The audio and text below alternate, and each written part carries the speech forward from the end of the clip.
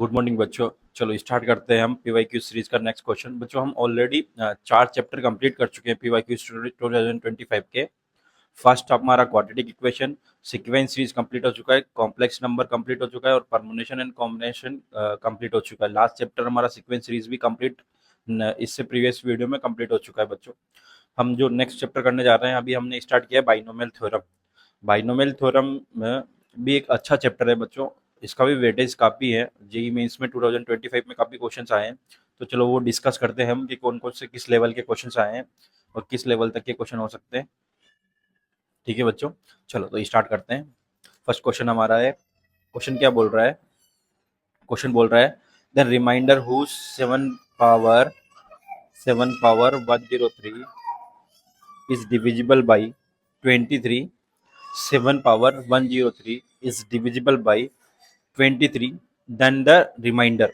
अब देखो बच्चों, ऐसे क्वेश्चन कैसे डील करते हैं, मैं आपको पूरा कॉन्सेप्ट समझाता हूँ कि कभी ऐसे क्वेश्चन, क्योंकि जब क्वेश्चन आता है ना तो एक रिमाइंडर थ्योरम तो लगा देते हैं बच्चों कि हाँ कैसे पुट करके ऐसे निकाल दो, पर देखो इसको डील करने का क्या तरीका। जैसे मान लो मेरे पास क्वेश्चन है कि a प्लस बी की पावर है कुछ भी n है, और मैं इसको किसी नंबर से डिवाइड करता हूँ। जो नंबर आप कुछ भी ले सकते हो, सी नंबर मान लो कुछ ले सकते हो, ठीक है।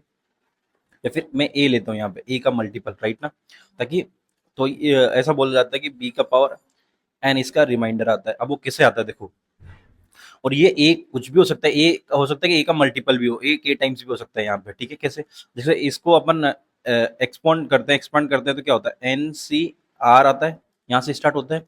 और एन सी आर से क्या स्टार्ट होता है, यहाँ पे देखो ये फर्स्ट में ये आता है, और इसका पावर एन माइनस आर से स्टार्ट होता है। यानी कि अगर मैं मान लो यहाँ पे जीरो रखूँ तो जीरो से स्टार्ट होगा, यानी कि पावर एन का कुछ ना कुछ पावर आएगा, यानी कि ए का कुछ ना कुछ मल्टीपल तो आएगा बच्चों।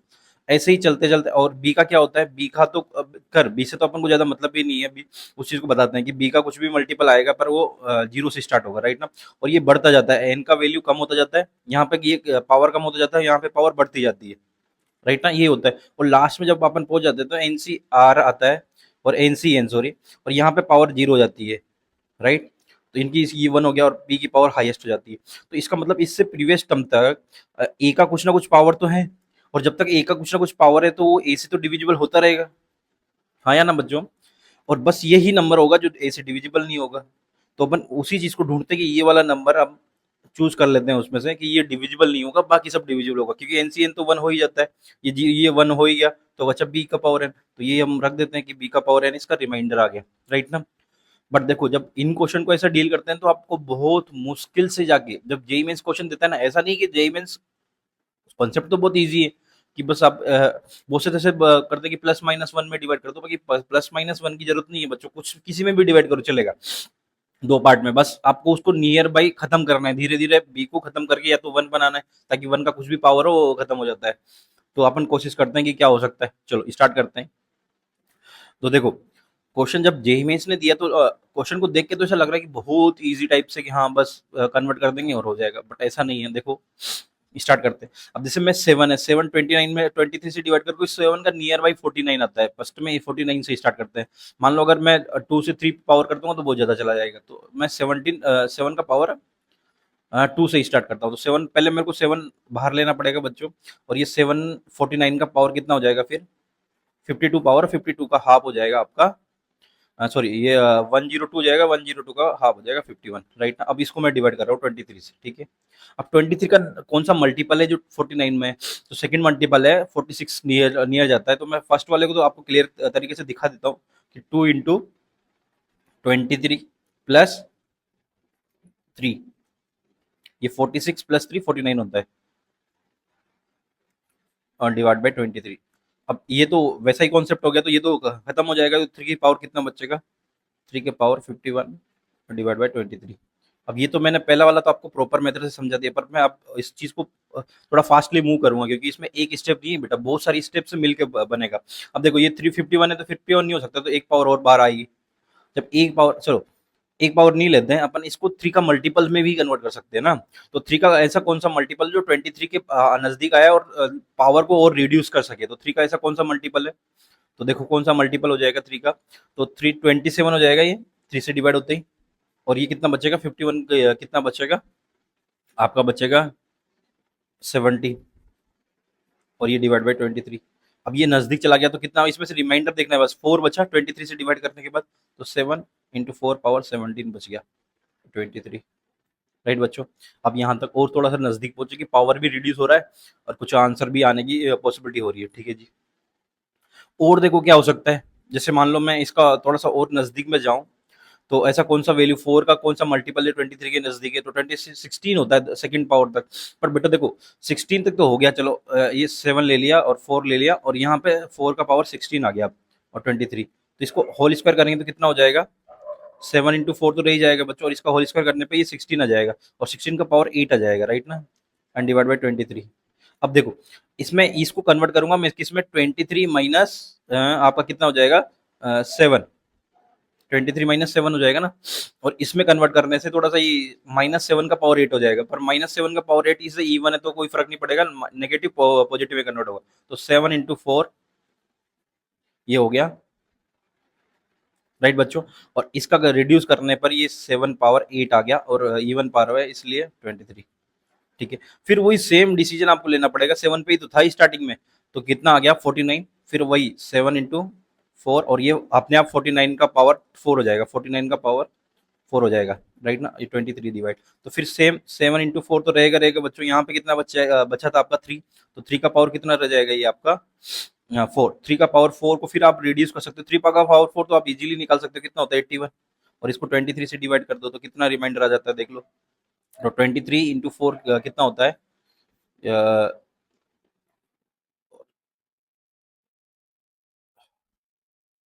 92 होता है, तो 3 तक ही लेके जाओ इसको, 3 और 69 होता है, तो 69 तक ये चला जाएगा बच्चों, तो 69 81 में से डिवाइड किया तो कितना रिमाइंडर बचता है 69 में से, 81 में से 69 चला गया तो रिमाइंडर बचता है आपका 12। ठीक है बच्चों, अब आपको पता भी है कि रिमाइंडर में एक और चीज लग जाती है, क्या लग जाता है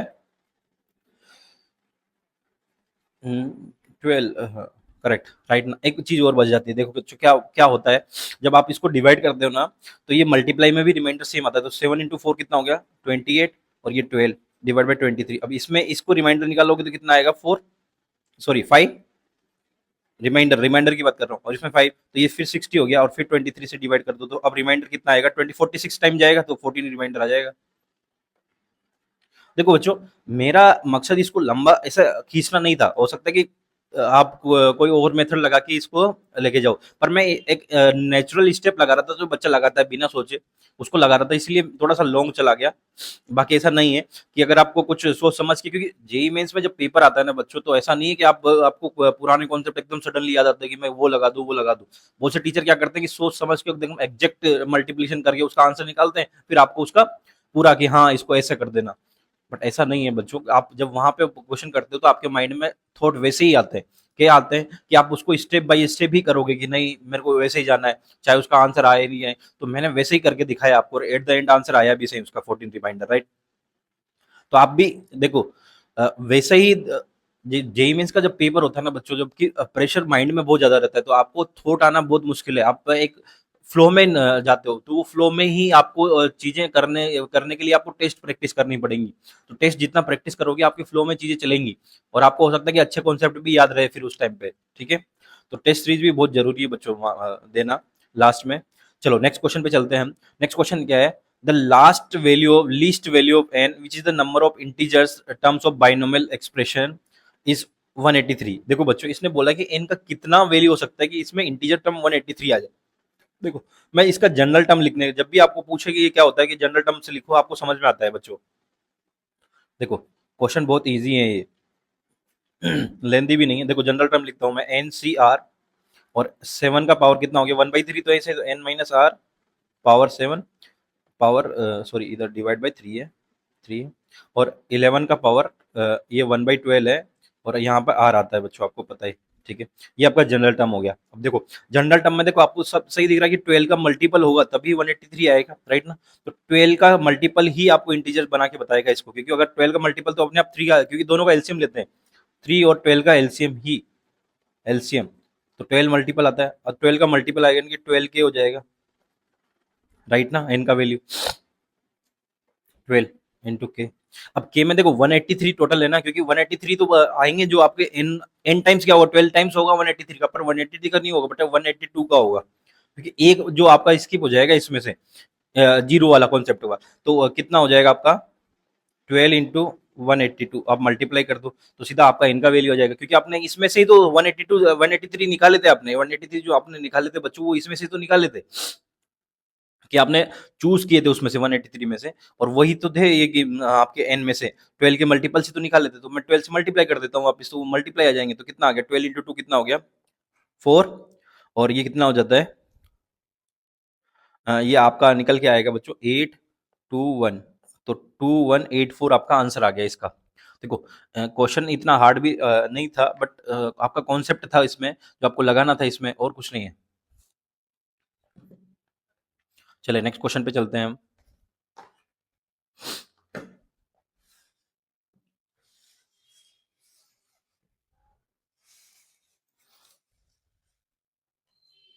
चलो नेक्स्ट क्वेश्चन पे चलते हैं बच्चों। नेक्स्ट क्वेश्चन क्या बोल रहा है आपका, स्टार्ट करते हैं। नेक्स्ट क्वेश्चन क्या बोल रहा है, let the coefficient of the consecutive terms of T R plus one T R plus two is the binomial expression is the a plus b power 12 and the gp p is the number of possible value of r then q is the sum of the rational number of the binomial expression okay, तो पहले अपन p की बात करते हैं और फिर q की बात करते हैं। दो डिफरेंट क्वेश्चन को मिलकर बनाया गया है, फिर वो p और प्लस q का वैल्यू पूछा है। तो फर्स्ट में तो क्या पूछा है आपसे कि कोपिसेंट किसके, टी आर के, टी आर प्लस वन और टी आर प्लस टू के, एनी नंबर लो तुम ले लो उसका जीपी में। तो बेटा देखो टी आर का क्या मतलब होता है, यहाँ पे कोपिसेंट क्या होगा, N C R minus one, correct ना। और टी आर प्लस वन का कोपिसेंट क्या होगा, एन सी आर, और टी आर प्लस टू का कोपिसेंट क्या होगा, N C R plus one. ठीक है, और ये जीपी में, तो जीपी में मतलब क्या होता है, मिडिल टर्म का स्क्वायर इक्वल टू क्या होता है, N C R minus one into N C R plus one multiply में, राइट। तो इसका कॉन्सेप्ट लगा देते हैं बच्चों और निकाल लेते हैं। तो मैं क्या करता हूँ, अगर इसमें से आपको आर की वैल्यू निकालना है और एन का वैल्यू तो 12 है ही, तो रख दो, तो ये 12 सी आर आ गया। अब मैं एक इसको इसको इसके डिवाइड में लेके आता हूँ, देखो बच्चों कैसे, N C R minus one, क्योंकि हमारा मुझे एक फॉर्मूला पता है क्या, कि N C R upon N C R minus one क्या होता है बच्चों, आपका N minus R plus one divide by R. ये आपको बाइनोमियल थ्योरम में स्टार्टिंग में बताया जाता है, तो इसका यूज करेंगे अपन। और यहाँ पे भी सेम है, N C R plus one यानी कि 12 सी आर प्लस वन, और डिवाइड में एक इधर लेके जाओ, एन सी आर। ठीक है बच्चों, अब इसको सोल्व करेंगे और इसको सोल्व करेंगे। यहाँ पे बट याद रखना कि आर का वैल्यू आर प्लस वन है, यहाँ पे आर है, तो फॉर्मूला लग जाएगा N minus R plus one divide by R, और यहाँ पे भी लग जाएगा N minus R plus one और plus one, so R minus one plus one divide by N plus R plus one, क्योंकि यहाँ पे आर का वैल्यू आर प्लस वन है, इसलिए मैंने माइनस लगाया, तो दोनों नेगेटिव हो गए क्योंकि आगे माइनस का साइन है। ठीक है, इसको सोल्व करते हैं और निकालते हैं कि आर का वैल्यू क्या सकता है। तो ये यहाँ से कैंसिल आउट हो गया बच्चों, क्रॉस मल्टीप्लाई कर देते हैं, और एन का वैल्यू 12 है, याद रखना है ना। तो ये कितना आ गया आपका 12 plus one 13, so 13 minus R multiply by R plus one, और यहाँ पे कितना आ गया 12 minus R multiply by R. ठीक है बच्चों, तो देखो आप अगर यहाँ से इस चीज को यहाँ से देखो ना, तो आर का नेगेटिव में है यहाँ पे, राइट ना, और यहाँ पे भी आर नेगेटिव में है, और दोनों तरफ से आर कैंसिल आउट हो रहा है बेटा, देखो दोनों तरफ से आर स्क्वायर कैंसिल आउट हो रहा है। और जैसे आपको पता है कि अगर आर स्क्वायर कैंसिल आउट हो जाएगा, चलो एक बार मल्टीप्लाई करके मैं दिखा देता हूँ आपको। जैसे मैंने मल्टीप्लाई किया 13 आर आ गया, इसको मल्टीप्लाई किया तो आर स्क्वायर आ गया, मल्टीप्लाई किया तो आर आ गया, और इसको मल्टीप्लाई किया तो 13 आर 13, ये 13, राइट। इसको मल्टीप्लाई किया तो 12 R minus R square, right बच्चों। अब देखो आर स्क्वायर का टर्म भी कैंसिल आउट हो रहा है। अब देखो ये 13 माइनस आर इधर 12 होता है, ये भी 12 कैंसिल आउट, मतलब आर का टर्म कैंसिल आउट हो रहा है। आर का मतलब कैंसिल आउट होने का मतलब ऐसा कोई भी टर्म नहीं है बेटा यहाँ पे जो ऐसा कर रहा हो। तो पी का वैल्यू कितना आ जाएगा, number of possible value 0, right. तो पी का वैल्यू तो आपका इजीली आ चुका है। अब क्यू का वैल्यू क्या बोल रहा है कि रेशनल, अब देखो एक एक क्वेश्चन खत्म हुआ है, ये पूरी इस दो क्वेश्चन का मिला के, तो दूसरा क्वेश्चन अब स्टार्ट हो रहा है, Q is the sum of the rational number of the this one. अब ये क्या दे रखा है, देखो बच्चों दे रखा है आपको 3 का पावर 1/4 और 4 का पावर 1/3 और होल पावर 12 दे रखा है। इसमें से रेशनल नंबर, रेशनल कोफिशिएंट आपको देखना है। तो देखो रेशनल कोफिशिएंट कौन सा आएगा, देखो मैं पहले इसका जनरल टर्म बनाता हूँ आपके सामने कि 3 का पावर 12 माइनस आर, राइट बच्चों। दूसरा वाला 4 का पावर आर बाई थ्री हो जाता है और ये आर बाई फोर है। देखो इसमें से रेशनल कोफिशिएंट वही पिछले क्वेश्चन में हमने किया था वैसे ही। रेशनल कोफिशिएंट का मतलब ही होता है कि दोनों का एलसीएम, तो 12 का मल्टीपल आएगा तो एक तो जीरो, देखो यहाँ पे रखे, देखो आप जीरो, तो एक तो जीरो आ जाता है क्योंकि जीरो रखे, देखो फोर में डिवाइड हो रहा है, ये भी, ये तो खत्म हो ही जा रहा है, और एक 12 आएगा, बस इसके अलावा तो कुछ आएगा ही नहीं। आप कुछ भी और रख के नहीं देख सकते, 12 से ज़्यादा नहीं जा सकते क्योंकि आपका 12 लास्ट है, ठीक है। तो 0 और 12 का कोएफिशिएंट आएगा, तो 0 और 12 रख दो, देख लो। तो 12c 0 और 3 का पावर कितना हो गया, 0 रखने पे बेटा ये 12/4 हो जाएगा, 12/4 आपका कितना होता है 3, और यहाँ पे भी 0 रखने पे तो ये तो खत्म हो जाएगा, 0 पावर हो जाएगी। फिर दूसरा 12c 12, और 12c 12 पे ये खत्म हो जाएगा, 4 का पावर 0 हो जाएगा, और 3 का पावर कितना हो जाएगा मल्टीप्लाई में, 3 का पावर कितना हो जाएगा 4। इसको कैलकुलेट कर लो, ये आपका क्यू है, और यही आपका जो क्यू आएगा वही आपका आंसर है, क्योंकि आपको पी प्लस क्यू देख पूछा है, ठीक है। तो कैलकुलेट कर लेते हैं, 12c 0 1 होता है आपका, 3 का पावर 3 कितना होता है 80, 27 प्लस 12c 12 आपका 1 होता है, 3 का पावर 4 कितना होता है 3 का पावर 4 हो गया आपका, करेक्ट है, ठीक है करेक्ट है। तो 3 का पावर 4,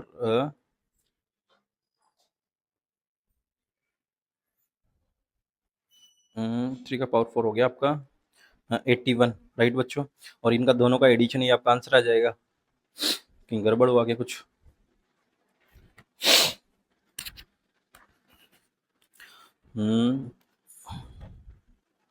करेक्ट है कि 12c 0, देख लेते हैं एक बार कि गड़बड़ हुआ क्या कुछ।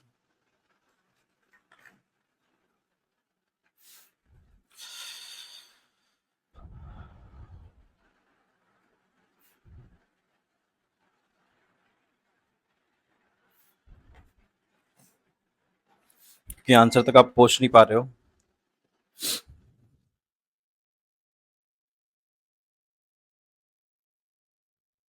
ओ, ये गड़बड़ यहाँ पे हुआ है बच्चों, देखो ये यहाँ पे 3, यहाँ पे स्टार्टिंग में 3 है, यहाँ पे 4, 4 जो 4 का पावर 4 है बच्चों ये, क्योंकि 4 का पावर 4 कितना होता है आपका 16 का स्क्वायर यानी कि 256, राइट बच्चों। 256 को आप ऐड करोगे अब इसमें, 256 प्लस 27, तो आपका आंसर आएगा ये, तो आपका आंसर आ जाएगा ये 283, राइट बच्चों, क्योंकि यहाँ पे 4 का पावर है ना कि 3, क्योंकि 3 स्टार्टिंग में 4 बाद में, थोड़ा बहुत स्लिप मिस्टेक हो जाता है कभी कभी। चलो तो आगे बढ़ते हैं। आई होप आपको ये समझ में आया होगा। देखो रेशनल को निकालना बहुत इजी है, रेशनल आप इजीली निकाल सकते हो, रेशनल निकालना इतना हार्ड नहीं है, क्योंकि आपको एलसीएम लेके वो वही कोएफिशिएंट टर्म निकालनी पड़ती है। थोड़ा सा ये लेंदी था, बट इसको भी इजी कर दिया इन्होंने, पी का वैल्यू सीधा 0 ही कर दिया, तो आर का वैल्यू कुछ आया ही नहीं। अगर आपका वैल्यू आता तो आपको आगे जाना पड़ता और पॉसिबल वैल्यूज निकालनी पड़ती, राइट। चलो नेक्स्ट क्वेश्चन पे चलते हैं। नेक्स्ट क्वेश्चन क्या बोल रहे हैं, ये मेरे को अच्छा लगा क्वेश्चन, जब मैंने इसको सोल्व किया था तो देखो आपको भी दिखाता हूँ कि मैं विद सेकंड इसका आंसर कैसे आया। देखो उसने, मैं यहाँ से इस क्वेश्चन को पढ़ा ही नहीं, इसको ये क्या चीज है मैंने देखा ही नहीं। मैंने क्या देखा कि 12√3 is the line A X square A X minus √3y plus 1 equal to 0, right ना।